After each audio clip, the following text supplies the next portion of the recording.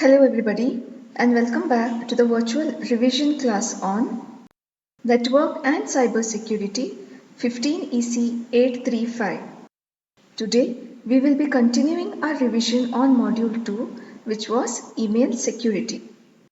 Now in the previous class we completed our discussion on PGP and some parts of SMIME, right? So today we shall complete the later part of SMIME and then go to DKIM or Domain Keys Identified Mail. In the previous video, we stopped at header fields of MIME. Today, we will begin our discussion with MIME content types. So as you can see in this table, that is table 19.2 lists the content types which is specified in RFC document 2046. So there are basically 7 different major types of content and a total of 15 subtypes. So in general, a content type declares the general type of data and the subtype specifies a particular format for that type of data. To repeat, the MIME types are divided into two categories. The first one being the major types of content, and then there are 15 subtypes. Also, a content type declares the general type of data and the subtype, which are 15 in number, specifies a particular format for a particular type of data. And so as you can see in this table, the content types are text, multipart, message, image, video, audio, and application. And the subtypes are plain, enriched, mixed, parallel, alternative, digest, RFC 822, and so on and so forth. Likewise, you even have got the description related to each type and subtype in the third column. So this was about the MIME content types. Next in the row we have MIME transfer encodings. So the objective of transfer encodings is to provide reliable delivery across the largest range of environments, and the content transfer encoding field can actually take on 6 values as listed in table 19.3, such as 7-bit, 8-bit, binary, coded printable, base 64 and X token. So these are nothing but the values that can be taken by the content transfer encoding field. Likewise, the description for each is also provided in the next column, whereas in 7-bit, the data are all represented by short lines of ASCII characters. In 8-bit, the lines are short, but there may be non-ASCII characters as well. And so on so forth, you have the explanation for all the 6 values. Next we have SMIME functionality. Now in terms of general functionality, SMIME is very similar to PGP, that is both offer the ability to sign and encrypt messages or sign or encrypt messages. Secondly, SMIME provides the following functions. First is enveloped data, then signed data. It also provides clear signed data and signed and enveloped data. Having said that, let us look into each functionality in detail now. So first we have the enveloped data. So this enveloped data consists of encrypted content of any type and encrypted content encryption keys for one or more recipients. Next we have the signed data. So signed data is nothing but a digital signature is formed by taking the message digest of the content to be signed and then encrypting that with the private key of the signer. Now the content plus the signature are then encoded using base 64 encoding, and finally a signed data message can only be viewed by a recipient with SMIME capability. So this is about providing signed data to the recipient. Next we have clear signed data. Here only the digital signature is encoded using base 64. And so, as a result, recipients without SMIME capability can view the message content although they cannot verify the signature. So this is about clear signed data. Lastly, we have signed and enveloped data. So here the signed only and encrypted only entities may be nested so that encrypted data may be signed and the signed data or clear signed data may be encrypted. So this is about signed and enveloped data. Next we have SMIME content types. So the SMIME makes use of a number of new MIME content types which are as shown in table 19.6. So all of the new application types use the designation as PKCS, where PKCS stands for Public Key Cryptography Specifications. Now this PKCS is issued by RSA Laboratories and made available for the SMIME effort.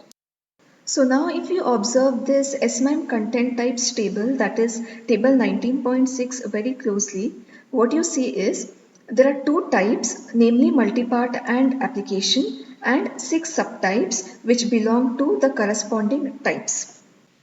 Then again we have the SMIME parameters in the third column along with the description for each, which is enlisted in the description column or the fourth column.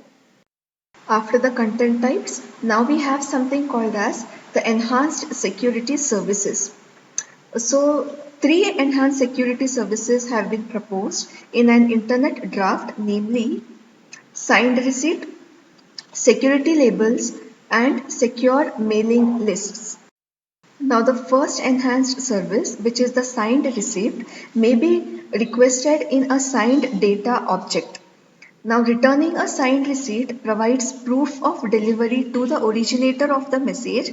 That means it provides proof of delivery to the sender of the message and allows the originator to demonstrate to the third party that the recipient received the message. So this is about signed receipt. Next you have the security labels. Next we have a security label. Now the security label is a set of security information regarding the sensitivity of the content that is protected by SMIME encapsulation. So the labels here which are used may be used for access control by indicating which users are permitted to access an object. Now other uses include priority or role based, describing which kind of people can see the information. So these kind of labels can be provided in enhanced security services to a particular document. Last we have secure mailing lists. Now here, when a user sends a message to multiple recipients, a certain amount of per recipient processing is required, including the use of each recipient's public key. So an SMIME, that is mail list agent or MLA, can take a single incoming message, perform the recipient specific encryption for each recipient or receiver, and then forward the message. This is basically to reduce the overhead.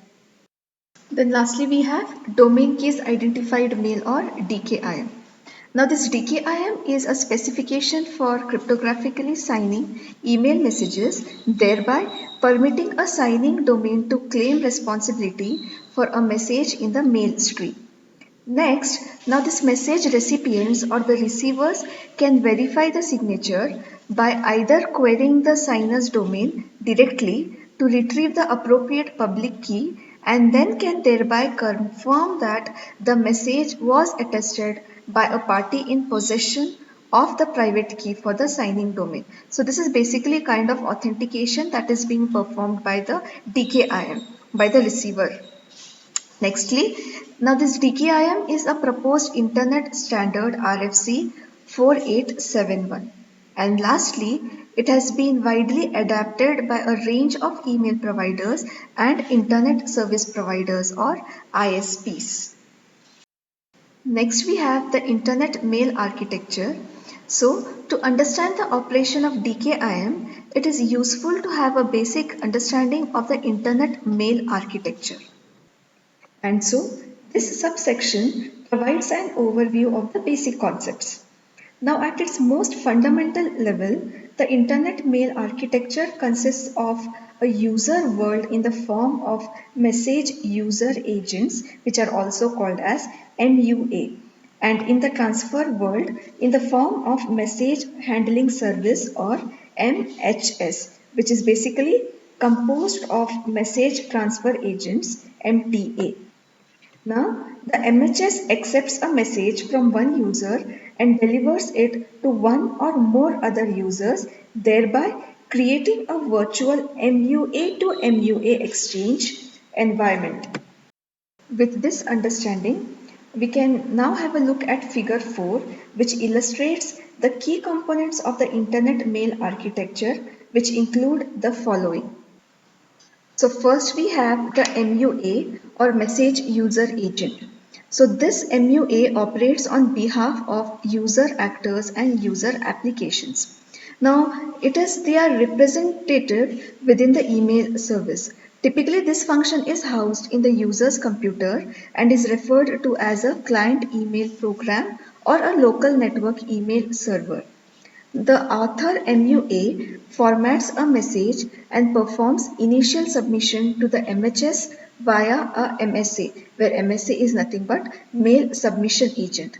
The recipient MUA processes the received mail for storage and or display the recipient user. So these are the functions which are performed by MUA. The next component is Message Transfer Agent or MTA. Now this MTA basically relays mail for one application level hop. It is like a packet switch or IP router in that its job is to make routing assessments and to move the message closer to the recipients. Now relaying is performed by a sequence of MTAs until the message reaches a destination MDA, where MDA is nothing but Mail Delivery Agent. And MTA also adds trace information to the message header, and there SMTP is used between MTAs and between an MTA and an MSA or MDA, as you can see here in this figure. Next, we have something called as Mail Delivery Agent or MDA, which is responsible for transferring the message from the MHS to the MS, where again MHS is nothing but Message Handling Service and MS is nothing but your message store. Lastly, we have the MS or message store. Now an MUA can employ a long-term MS, and then an MS can be located on a remote server or on the same machine as the MUA. Typically, an MUA retrieves messages from a remote server using POP or Post Office Protocol or IMAP, which is also called as Internet Message Access Protocol. So these are the functions of the various components of the Internet mail architecture. Then we have the email threads. So RFC 4684 describes the threads being addressed by DKIM in terms of characteristics, capabilities, and location of potential attackers on a spectrum of 3 levels. So at the lower end, we have the attackers who simply want to send email that a recipient does not want to receive. So it is something like the spam message. Here, the attacker can use one of a number of commercially available tools that allow the sender to falsify the origin address of messages. Now this makes it difficult for the receiver to filter spam on the basis of originating address or domain, because the attacker makes the domain looks very original. At the next level are the professional senders of bulk spam mail. Now these attackers often operate as commercial enterprises and send messages on behalf of third parties. Here they employ more comprehensive tools for attack, including mail transfer agents or MTAs and registered domains and networks of compromised computers called as zombies in order to send messages and in some cases to harvest addresses to which to send. Then finally, at the third level are the most sophisticated and financially motivated senders of messages, which are those who stand to receive substantial financial benefit, such as from an email based fraud scheme. Now, these attackers can be expected to employ all of the above mechanisms which are present in level 1 and 2, and additionally may attack the internet infrastructure itself.